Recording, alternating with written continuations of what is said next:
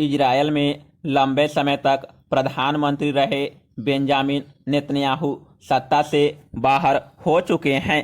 उनको पद से हटाने के लिए एकजुट हुए लोगों में अधिकांश उनके साथी और मंत्रिपरिषद के सहयोगी हैं।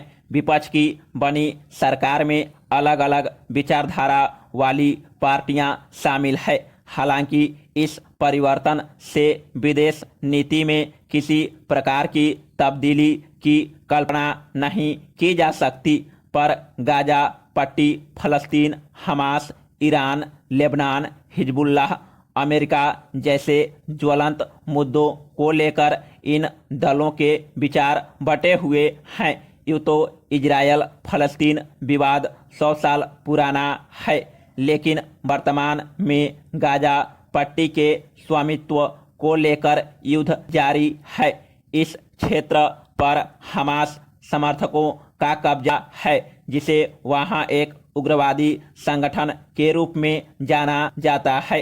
इस क्षेत्र पर इजरायल कब्जे की कई कोशिशें कर चुका है, मगर हर बार उसका हमास से कड़ा संघर्ष होता है। इस विवाद की जड़ों को समझने के लिए पुराने इतिहास को खंगालना आवश्यक है। Paragraph change. दरअसल पहले विश्व युद्ध में ऑटोमन साम्राज्य को पराजित करने के बाद ब्रिटेन पश्चिम एशिया के एक बड़े हिस्से पर कब्जा करने में कामयाब रहा, जिसे फलस्तीन के नाम से जाना जाता है।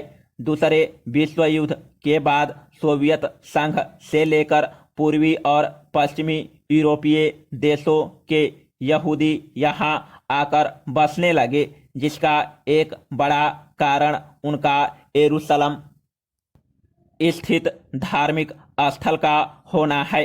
यहूदी और अरब लोगों में तनाव उस समय और बढ़ गया जब अंतर्राष्ट्रीय समुदाय ने फलस्तीन में यहूदियों के लिए एक देश बनवाने का काम हाथ में लिया।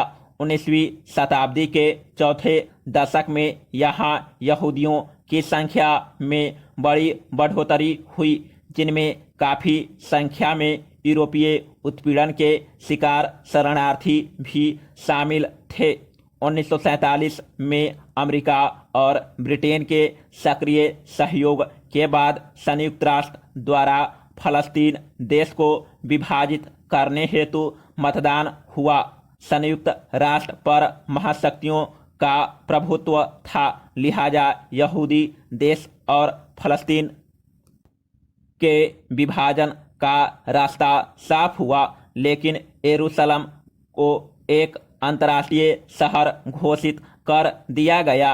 इसे यहूदी नेताओं ने तो स्वीकार कर लिया, पर अरब लोगों ने इसे खारिज कर दिया। उस समय महात्मा गांधी ने भी फलस्तीन राष्ट्र की जोरदार वकालत की, जो बाद में स्वतंत्र भारत की विदेश नीति का मुख्य आधार बनी। Paragraph change. 6 मार्च 1948 को अरब और यहूदियों के बीच पहला युद्ध हुआ। अरब मुल्कों के शासकों के ढोलमुल रवैये के कारण फलस्तीनियों को कड़ी मुसीबतों का सामना करना पड़ा। 1 लाख के आसपास फलस्तीनी शरणार्थी बन इधर उधर शरण लेने लगे और इजरायल ने फलस्तीन के बड़े हिस्से पर कब्जा कर लिया। जॉर्डन ने जिस क्षेत्र पर कब्जा किया उसे वेस्ट बैंक कहा जाता है। मिस्र जिस हिस्से पर कब्जा करने में कामयाब रहा उसे गाजा के नाम से जाना जाता है।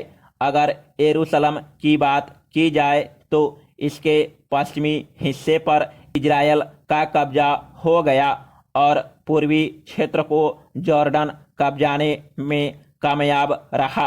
अब इजरायल पूरे यरूशलेम पर अपना दावा स्थापित करना चाह रहा है। अमेरिका द्वारा तेल अवीव के स्थान पर नई राजधानी के रूप में यरूशलेम को मान्यता भी दी जा चुकी है। Paragraph change. यासर अराफत के नेतृत्व वाले फलस्तीन मुक्ति संगठन और अल फतह अपनी चमक खो चुके हैं। नई पीढ़ी वार्ताओं के लंबे दौर से उब चुकी है। लगभग 3 पीढ़ी तंबुओं में पली हुई है। अमेरिका की विदेश नीति में केंद्र में इजरायल के रहने से उसके हौसले बुलंद रहते हैं। ब्रिटेन ने भी आर्थिक सहायता देकर उसके हौसले को और बढ़ाने का काम किया है।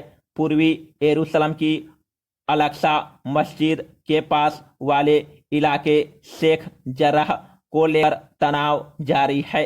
इस क्षेत्र पर सशस्त्र हमास समर्थकों का कब्जा है। अरब मुल्कों में ईद पर गाजा में हुई हिंसा को लेकर तीखी प्रतिक्रियाएं हुई, पर दूसरी ओर वे इजरायल से राजनीतिक संबंधों की नई पटकथा भी लिख रहे हैं। Paragraph change. हमास ने अपने घोषणा पत्र में समूचे आंदोलन को इस्लाम से जोड़कर इस्लामी प्रतिरोध आंदोलन की व्याख्या की है। आगे अपना देश संदेश देने में फलस्तीनी जरूर कामयाब होंगे, पर विश्व समुदाय में एक बड़े हिस्से की हमदर्दी कम होने का खतरा भी रहेगा, क्योंकि हमास को अभी किसी राष्ट्र से राजनीतिक मान्यता मिलनी शेष है। समाप्त।